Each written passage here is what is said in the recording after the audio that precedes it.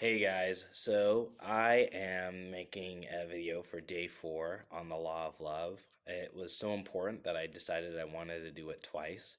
I actually had made another video and it, as well as another one, got deleted, so I was super frustrated. Um, but that's okay. We'll talk about that lesson another time. Today, let's talk a little bit about the law of love and essentially what it means.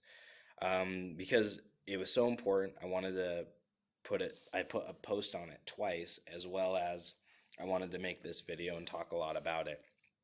And I think one thing people don't understand enough about love is that it's one of the quintessential, it is what separates, I think, higher consciousness from like sort of medial or lower consciousness, because the capacity to love shows the willingness to separate and see to dissolve the illusion of the self, right? When one is able to truly love, you dissolve the illusion of the self and you're able to see your connection with something and you strive for that unity with it, right? So whether it's as a writer, me, I see a story in my brain, right? And from that, through love, through that work, I do my best efforts to try and transmute that, put that into words, put it on paper, print it, and then share that story. And then through the feedback of the world, I perfect and refine that story until I tell it to where basically other people can see what I see. And it's through that love I've been able to create a union, right? Because I see a story and another person sees a story. And then through that communication of the book, we now see the same story. And if one is truly loving at the highest capacity, that's what it means. That's what happens, right? And I see that not only with books, right, but with everything that we do. To really love something means to bring things into unity, and that's what brings life. That's what makes life worth living, right? And so we see that the manifestation of love is in creation, and that's the highest level at which we get it. So before I go on too long, let's talk a little bit about the actual law and read it out carefully, right? Now, the law of love is the law which places the welfare, concern, and feeling for others above self. The law of love is that close affinity with all forces that you associate with as being good. The law of love is that force that denies a place for evil in the world, that resists not. Love offers the path of least resistance by cherishing, nurturing, and protecting the beloved. Resisting evil simply strengthens it, just like weight training strengthens muscles. Resist not evil, expose it, yes. Simply expose it. And so we see that there's a couple things in here that I like, right? First off, when you talk about the welfare and concern of others above self, what it means is not necessarily the self as in you, but it's the idea of the self, right? This idea of the ego separating and keeping yourself as something apart from that which is around you, right?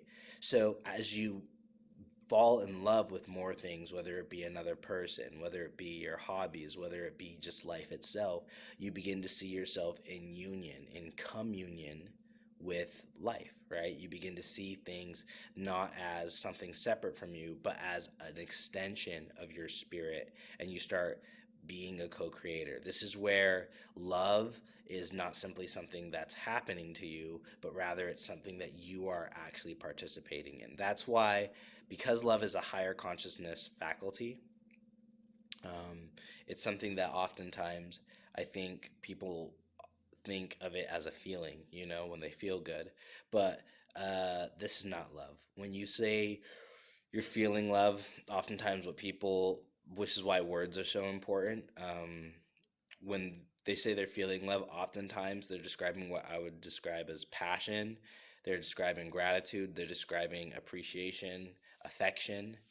Um, but the actual practice of love, a couple things. First off, love is a skill set or a capacity, right? And so my definition of what love is the willingness and capacity to care for another's welfare and well-being and take responsibility for their needs, right? So if you love yourself, you're taking care and responsibility for your own needs and well-being as well as that of another. And I do not think it is possible to love another unless you are able to love yourself. But I think one part of that equation is you have to recognize capacity, right? Think of children. Children have a willingness to love. They have deep hearts and they're still connected with, especially compared to the adults around them, depending on the adults. Most of the time is reduced because they lack the knowledge of the world. But that willingness component is where a lot of kids win, right? However, as people get older, that willingness wanes and sometimes our capacity increases. But oftentimes, our capacity is always going to be proportional to our willingness to increase that capacity. So the if we allow the willingness to develop love atrophy, so will our capacity to love as well. And that's something that I think is really important for people to understand is that love is very much a skill or a capacity, a strength, if you will. And it's different for everybody, and everyone receives love in different ways. Ultimately, at the end of the day, though, love is one of our basic subsets of our needs. And I talked about this a little bit in the earlier video. Um, to to really enjoy to really enjoy the fullness of life, we have to have a subset of certain needs met, right? And I'll talk about this more. But these seven needs, six of them exist in a paradox, right, between masculine and feminine poles, right? Now, it doesn't mean male, female, just the more positive pole and the more negative pole, meaning like one which is additive energy and one which is like to be filled or submissive, right? We can go more into that. But essentially, the paradox is this. So, the first subset is you have certainty and uncertainty, right? Certainty is basically safety and security, and uncertainty is novelty and freedom, right? And so we see that when you have too much freedom, obviously things become chaotic. But when you have too much certainty, things become tyrannical and stagnant. So there's a paradoxical balance that needs to be maintained. The second subset is significance and connection. Significance is being elevated and seeing yourself as separate and special and understanding one's individuality and your contribution to the whole, while connection is being part of that whole and that belonging. We see that if you spend too much time being too significant, right, you're going to separate and alienate yourself. But if you spend your time being too connected, you're going to lose yourself and not have a sense of identity and lose your sense of purposeness and that sense of self, right? Not in the healthy ego dissolution way, but in the sort of idolatrous, like lazy, um, slothful way of not really making any decisions. So you lose your capacity to exercise your agency, which is why you're here, right? We live life so that we can use that creative faculty because that's what exists in higher consciousness, making those choices, using our agency and not being acted upon, but acting and being a participant in life. So, as a creator, as a writer, artist, whomever, I'm specifically going to start trying to speak to writers, but as a writer, you want to take this sort of idea and really understand it and put it into your being and recognize that all those first four are the fundamental base needs that you have. But the fifth need, which is fundamental before you can get to the higher needs, is love. And the typical person, if they have an opportunity to get love filled, will sacrifice the first four needs just to get love filled, right? That's how important it is, right? Because it is the only one that does not exist on a paradox, right? Now, we'll talk more about that, but covering the last net set of needs, after you get your basic needs fulfilled, your higher need is the need of growth and contribution. And the paradox is in growth, one is growing and becoming more, they're absorbing and consuming and becoming greater. And while contribution is now you're putting that energy out into the world and trying to grow the things around you, right? And that seems like a paradox, but we know that, especially as the higher spiritual plane, that those things actually work in concert and they work together. So that's those are the seven basic needs. But back more on love. A couple things you need to know about love is that the need for love, is not only fulfilled in the reception of love, getting love, but often it's most important to give it and being able to show and express it. A really precious person taught me a very powerful lesson that love unexpressed essentially corrupts a person. And I believe that is absolutely 100% the case.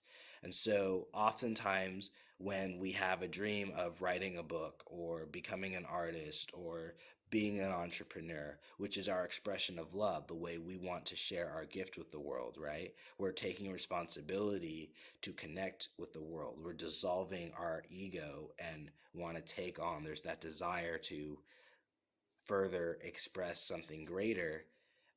When that is not expressed, it becomes catatonic and destructive. It's like a wart, or like a dead tissue in your body that can't be absorbed, and it just, causes cancer and destroys things. It's like like pus. And it's, imagine having a wart. When love is goes unexpressed, it's like a pimple, right?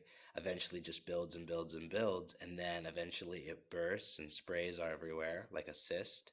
Or, it needs to be relieved and leaks out, and there's dead tissue, and it smells bad, and it's super gross.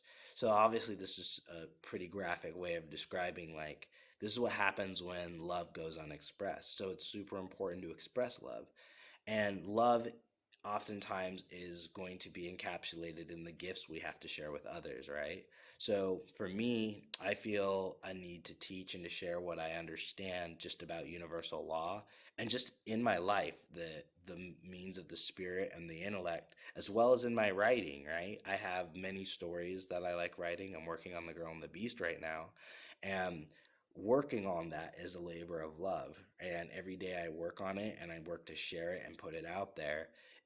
I'm taking responsibility for something that will hopefully bring unity of mind with me and my audience. And so this is love. This is love to come and bridge that gap, and to take responsibility for something beyond yourself, and to really share it, and to do your best to help others with it. I was supposed to do this video landscape wise, and I totally forgot, and so now it's going to be the two bars again. So yeah, I'm beating myself up about it. But yeah, this is this is one of the biggest parts about being one of the biggest parts about being a loving person, a person of higher consciousness, is that you're willing to share your gift with the world, and you're doing everything you can to share it. And then as you take that responsibility, you will participate in life. Love is an action, it's a choice, right? It's not a feeling, it's not this random thing. So as we make that choice and participate in life, we will see the gifts of love come more into ourselves, and we will come in unity with the world and be at peace. And I think that's one of the biggest indicators of you're loving and you're making a decision based in love, is that it essentially comes with peace of mind. Because when you do the most loving thing, peace is often what accompanies it, even if it's a hard thing to do. So ask yourself, if whatever decision I'm making, am I truly at peace with this, or am I running away from something? And that'll oftentimes tell you whether or not you're operating from love or from its opposite, which some might say hate. I don't believe it's that. I believe the opposite of love would be apathy or fear, um, just depending on how you're looking at it. But yeah, love is an act of faith, and it requires you to take responsibility for the well-being of yourself and for others. And so to truly love the world, to truly love it all, is to love all things. And it's a skill, just like anything else, and something that we work on developing. And it's different per person. So yeah, I could ramble about it all day. But yeah, that's what I wanted to talk about. And so if you want to say, how can I be a better creator? How can I be a more impactful writer? Think of, how can I love my life more fully? How can I love what I'm doing more fully, so that I can get my writing out there? And if that love, that capacity is diminished and hurt and damaged within you, think of it like that war. What needs to be released? What needs to be healed in order for me to love more fully in my life? I appreciate you guys. Like the video if you found something useful. please subscribe to the channel, and it helps me out. I'm trying to get everything I can get. And yeah, share this around, and hopefully you guys find something useful. And comment down below if you agree or disagree with anything I said. And hope all is well.